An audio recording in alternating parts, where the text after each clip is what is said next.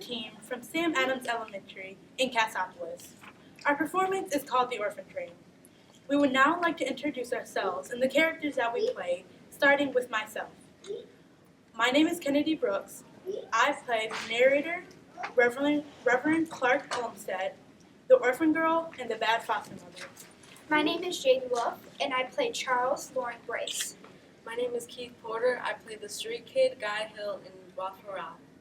My name is Anna Leach, and I play a pickpocket, a foster mother, a stepmother, and Mrs. Gray. We are now ready to begin our play. The year is 1854. Charles Loring Brace is a young, thoughtful man of 26 who lives in New York City. Every day, as he walks through the bustling streets doing his errands, he is struck by the large number of ragamuffins.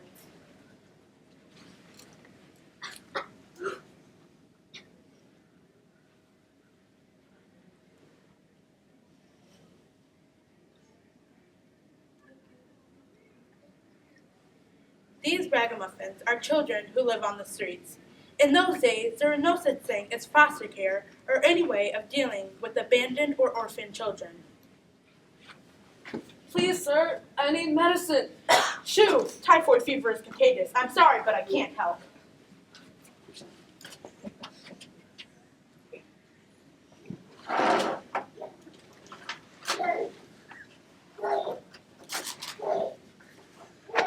Dear Reverend Clark Olmsted, I'm writing to enlist your help. As you know, I've been haunted by the tragic figures of orphans and waifs I see every day. Last year, I founded the Children's Aid Society. We've been able to place few children in orphanages, but it's only a drop in the bucket. We estimate there are 30,000 children living on the streets. I say it's time to explore new ideas, new solutions. You tell me that in Michigan there is an abundance of fresh air, healthy food, and farming families that need more hands. Do you think it is feasible to send a trainload of orphans to Michigan? My dear Charles, what a brilliant idea. Yes, I believe, with God's help, the good people of Cass County will take these poor children in. In fact, I will begin recruiting prospective families immediately. What are the requirements? The family shall provide food, clothing, and a bed, church, and Sunday school. If we take a boy, we'll need him for farm work. Do we have to send him to school? Let's see. The boy will give you his labor in exchange for boarding. Could you send him to school in the winter? I reckon we might spare him in the winter. Do we have to legally adopt him? What if it doesn't work out? I'm willing to serve as liaison. I'll visit each child once every 6 months in their placement. Excellent. That way, if things don't work out, we'll find a new placement for the child. So I would say no, we wouldn't require you to legally adopt the child, but it would be possible if you wanted to. Well, then I guess we'd be willing to take a boy, so long as he was strong and healthy. My name is Guy Hill. I was one of the very first Orphan Train riders. I rode the very first Orphan Train in 1854. I've stolen from the poor box, I've begged the city streets. I swab the bars and poor rooms for a little bite to eat. My daddy's old brown jacket and these rags upon my feet. I'm just trying to find someone to take me in. Take us in, we have rolled the orphan train. Take us in, we need a home, we need a name. Take us in. Oh, won't you be our kin? We are looking for someone to take us in. Guess I'll take this one. And so the orphan trains began moving large number of children out of New York City and depositing them in the Midwest. Mister, no one took us. My, what a good little nurse you are, taking such care of little Agnes McGuire, who will soon become Agnes Berlinski.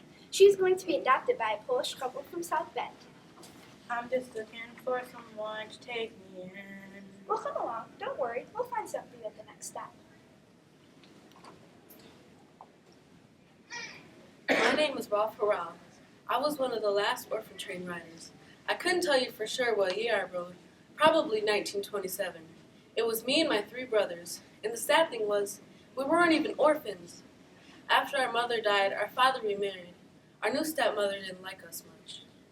Well, my land. Just as soon as I become Mrs. Rowell, I'm handed 4 dirty boys. one of whom wets the bed every night. Joey misses our mama. He doesn't understand. Well, then you can all sleep in the cellar, and if you continue to sass me, you're going back in the closet. She convinced our father to put us on the orphan train. I was 11 years old. We got off the train at South Bend. Do you know how to milk a cow? A cow? No, ma'am, but I'll Well, come on then. I've already signed the papers for you. We've got a long ride ahead of us. But what about my brothers?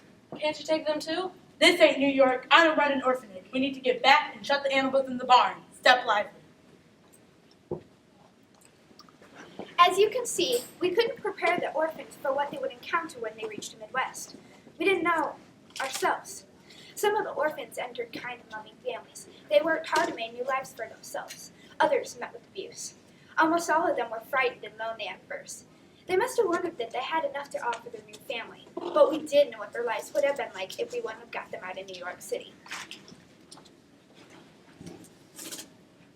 Ralph, you better show yourself this minute or you'll get a hiding so serious you may never sit down again.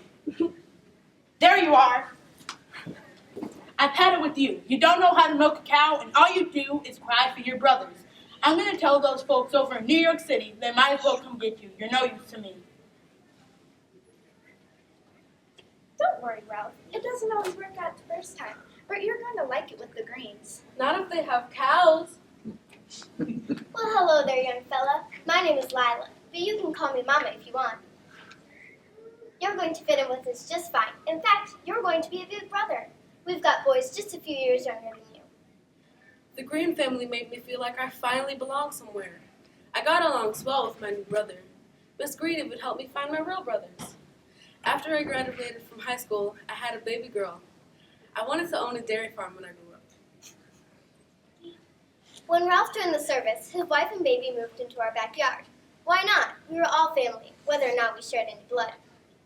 Ralph always had a terrible time saving money, so whenever he could, he sent money for me to save for him. But then, oh dear. I got a letter from Mama. She said she got into a terrible bind. She said she had no choice but to take my money. I'm so sorry, Ralph. I took it all, everything you worked so hard for all these years. Can you ever forgive me? Mama, I think you know I would do anything I could for you. If I never see a penny of that money, I will not fill out what is worth that much and more to me to have a place I know I can come to and call home. Thank you, son. I couldn't ask for more.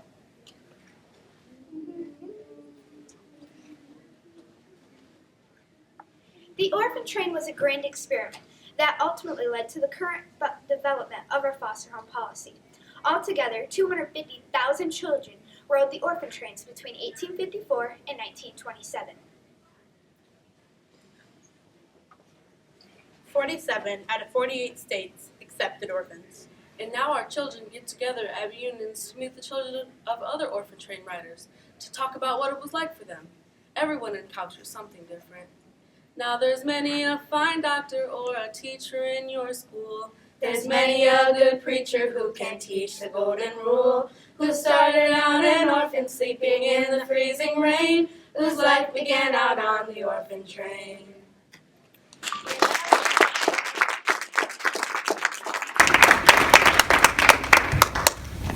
Well, what got you interested in this topic?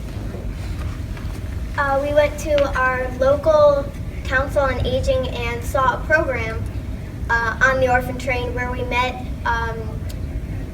descendants of Orphan Train riders, and we thought it was very interesting. And there's one descendant of the Orphan Train right here. Oh, sorry. Yes. So, what surprised you most about this? Did you find something out that was like, oh, wow, this really happened, kind of a thing? Like, there were 350,000 orphans in New York. Okay, so just the size of how many orphans were on the train? Yeah. Okay. And it went on from 1854 to 1927. That's a long time. Well, I have a question, and I like the way you presented the tragedy and actually the positive outcomes, but did you think overall that the Orphan Train was a success, or was it a failure, or? It did start the Children's Aid Society that Charles Loring Brace founded, and that started getting children into foster homes, and It led to our current yeah, foster home. it led to the current foster home policy. Very good. Thank you, that was Thank you. wonderful. I'll let this sink in.